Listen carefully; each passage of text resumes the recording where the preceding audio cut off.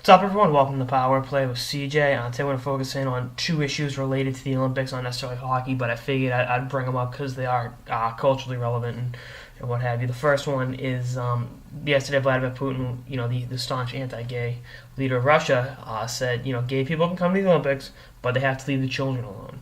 Meaning, I guess I tried reading the context. Apparently, he equates being gay with being a pedophile. So, he's about as educated as your average child. So the child that the gay people have to leave alone, which I someone made a joke. So that there goes Billie Jean King's plan to kidnap Russian children. But this guy's a madman, an asshole, and just a general scumbag. And hopefully, he meets his demise sooner rather than later. But that's neither here nor there.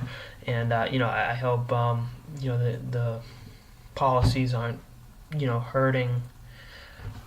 They're obviously hurting the people of Russia, but if they get repealed and Vladimir Putin dies at some point, that's the only way he's getting out of that office. He was out of that office for a while, and then now he's back being president. So dictator of Russia.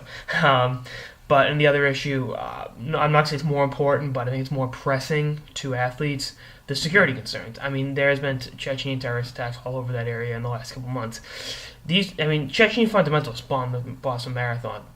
Part of that fundamentalist movement has ties to Al Qaeda. We know how much Al Qaeda hates the U.S., hates the Western world, hates anything that isn't, practicing 5th century Islam. So if I was Obama or the England, Canada, whatever, I'd have guys undercover, and I'm sure they have something similar in place. I'm not the leader of the free world, so I can't dictate what's going on, but I'm sure they're private security guys. Special forces guys like that undercover watching for the Chechenian terrorists because this is 600 miles from Chechnya. They weren't afraid to go halfway around the world. I know it was two stoner assholes from Cambridge, but it's the same concept. These people have what it takes to blow up a marathon. Thousands of miles away. Who say they don't go 12-hour car ride and commit acts against terrorists. And I'm not trying to come across anti-Chechnya because I hate terror.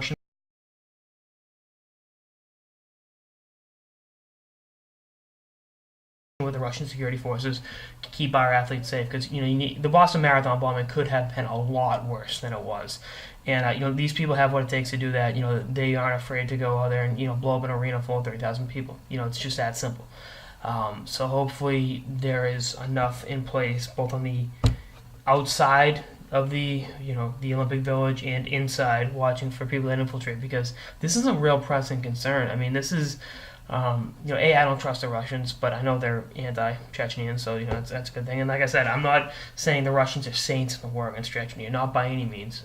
But the Russians didn't blow up the Boston Marathon bombing; two Chechenians did. So these people will go to whatever means necessary for their cause, including killing innocent people. Not that I'm sure the Russians would as well, because they're religious-based wars are kooky. We all know that, but.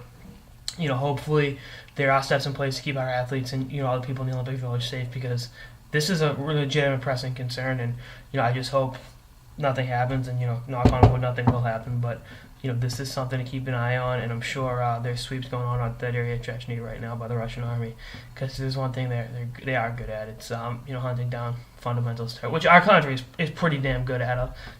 Team 6 taking out Bin Laden, but you guys catch my drift, and hopefully the Olympics are safe because this is a legitimate thing to be worried about if I was over there. I don't think anyone's going to boycott the Olympics because of either the gay rights or the security concerns, but it's just something to have in the back of your head as we're 3 weeks from the opening ceremonies. Anyway, that's on this episode of the Power Play with CJ on Russia's anti-gay laws and security concerns at the Olympics. Stay tuned for more episodes for the season and beyond. Later, guys.